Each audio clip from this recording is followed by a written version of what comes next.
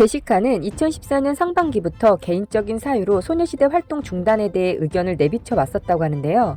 비록 멤버들의 설득으로 탈퇴하지는 않았고 같은 해 8월 재계약 후에는 소녀시대 활동과 병행하면서 자신의 패션 브랜드를 론칭하여 동시에 사업가의 길을 걷고자 했었습니다. 멤버들도 처음에는 동의했기에 제시카는 사업가, 소녀시대 활동 둘 다 전념하려고 했으나 같은 해 9월 30일 새벽 6시 갑자기 제시카의 웨이보에 자신이 소녀시대에서 퇴출됐음을 통보받았다는 글이 올라왔습니다.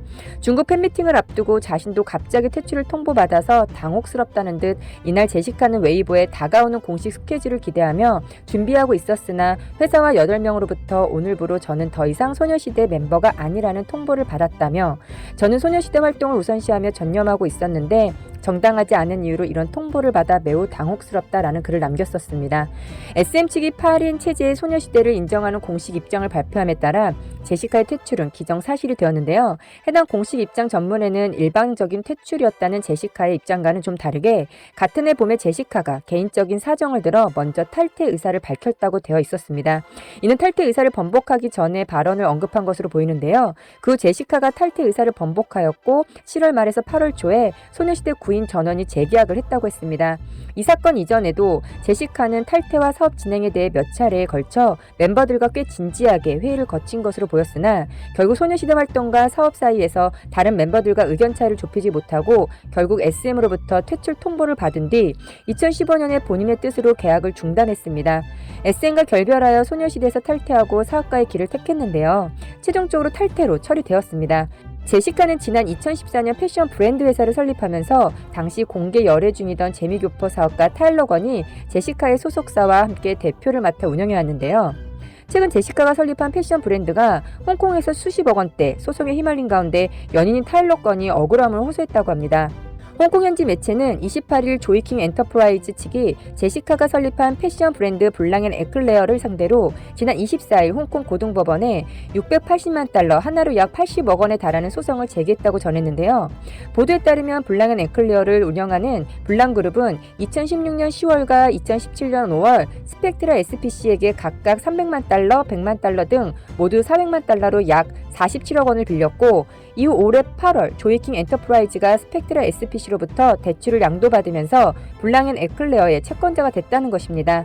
블랑앤에클레어가 대출 만기일인 지난 10일까지 원금과 이자를 포함한 돈을 갚지 못하자 조이킹 엔터프라이즈 측은 최근 블랑앤에클레어의 타일러건 대표에게 원금과 이자를 합쳐 680만 달러, 하나로 80억 원을 돌려달라는 소송을 제기했다는데요. 일각에서는 제시카가 80억도 없겠냐며 별거 아닐 것이라는 반응도 있었지만 단순히 80억 빚이 있는 것과 80억을 미지급해 소송을 당하는 것은 엄청난 차이가 있다는 것입니다. 소송이 걸리게 되면 자금 문제가 수면 위로 떠오르고 다른 채권자들 역시 자금을 상환하라고 압박을 넣을 수 있는 일입니다. 채무자에게 소송을 거는 일은 지급일을 미뤄주고 지급 독촉 후 일어나는 일이지 쉽게 일어나는 일은 아니라는 것인데요.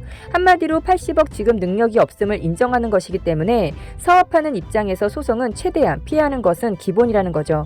그럼에도 불구하고 소송까지 오게 된 블랑앤에클레어의 재무 구조가 좋지 못함을 의미하고 있는데요. 블랑앤에클레어는 그동안 언론 플레이를 굉장히 많이 했다는데요. 그중 대표적인 것이 뉴욕 매장입니다. 제시카는 2016년 월세가 전 세계에서 가장 비싼 뉴욕 소호의 대규모 매장을 오픈했습니다. 해당 매장이 한 달 임대료만 하나로 약 6억 원에 연간으로 대여할 경우에 한 해서는 37억으로 깎아준다고 합니다. 당연히 이런 매장을 오픈할 정도면 일반 사람들 상식선에서는 장사가 잘 되나 보다라고 생각하게 되는데요. 그러나 이 뉴욕 매장은 현재 소리소문 없이 사라졌으며 2021년 봄에 리오프닝한다고 써놓았는데 결국 이 문구도 지웠다고 합니다. 블랑앤에클레어의 매출이 공식적으로 공개된 적은 없으나 제시카는 2019년 한 인터뷰에서 매출이 200억 선이라고 밝혔습니다. 물론 이 200원도 제시카 입에서 나온 말이지 실질적으로 확인된 바가 없다고 하는데요. 전 세계 매장의 매출은 공개되지 않았으나 한국 직원을 모집할 때 채용 사이트에 올라온 재무제표에서는 2019년 매출이 4억 7천만 원 선으로 나타나 있으며 영업이익은 마이너스 2억 8,600만 원 정도로 적자였습니다. 심지어 순이익은 마이너스 3억 3,600만 원으로 심한 적자였는데요. 2016년에서 2018년까지 꾸준한 적자를 내고 있었습니다. 다른 나라에서라고 사정이 달라질 것 같지 않은데요. 브랜드의 고급화는 생각보다 어려운 일이고 제시카의 인기만으로 만들어지기 쉽지 않은 일입니다. 거기에 블랑앤에클레어의 수석 디자이너가 바로 제시카라는 것인데요.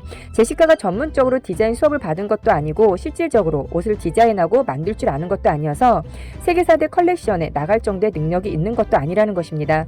이 와중에 제시카는 유튜브에서 명품백이 셀 수 없이 많다고 밝히고 명품 신발을 자랑하는 등 명품 자랑에 열을 올렸는데요. 제시카조차 자신의 브랜드 옷을 애용하는 것이 아니라 샤넬이나 에르메스를 더 좋아하는데 블랑 앤 앵클레어가 잘 될 리가 없다는 의견인 것입니다.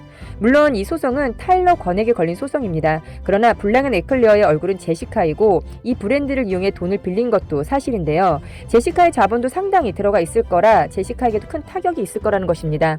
29일 타일러 권은 한 매체와의 인터뷰를 통해 만기 기한을 연장했다는 내용이 담긴 계약서를 보여줬지만 조이킹 측은 이를 받아들이지 않았다고 했습니다.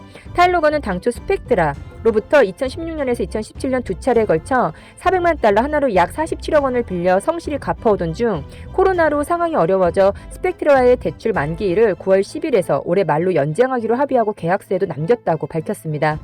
그런데 갑자기 지난 8월 말 다른 사모펀드 투자회사 조이킹이 등장해 자신들이 블랑 앤 앵클레어의 채권을 인수했다며 9월 10일까지 2주 만에 680만 달러를 한 번에 갚으라고 독촉했다고 주장했는데요.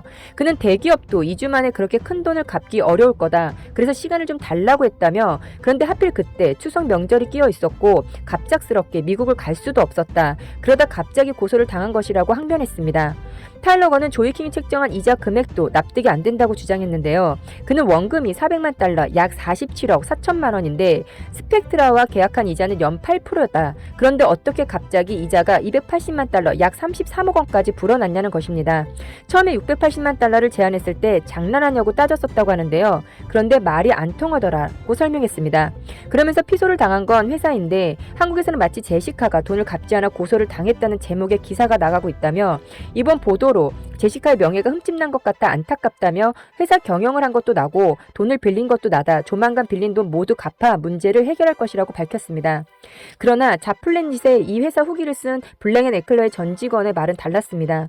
A씨는 블랑 앤 앵클레어에 대해 5인 미만 사업장, 언론과 연예인 마케팅으로 그럴듯해 보이지만 투자금도 못 건질 만큼 아슬아슬한 회사라고 말했으며 지금까지 다녔던 회사 중 최악이고 복지가 없고 야근은 당연하며 한 명이 3명의 업무를 해야 한다고 했습니다. 또한 옛 회식 문화가 여전하며 경영진은 회사 생활 안 해본 게 너무 티가 난다면서 회사 평가에 1점을 줬다고 했습니다. 다른 전 직원 역시 워라밸, 복지, 연봉 협상이 없고 체계도 없으며 배울 점도 없다고 했는데요. 거기 담당 업무가 아닌 일도 당연히 해야 한다며 아마 다녀보면 놀랄 것이고 전혀 개선의 여지가 없다라고 밝혔습니다. 제시카는 현재 사업뿐 아니라 중국 소속사에도 피소를 당해 패소함으로써 20억을 물어내야 하는 처지에 놓였습니다.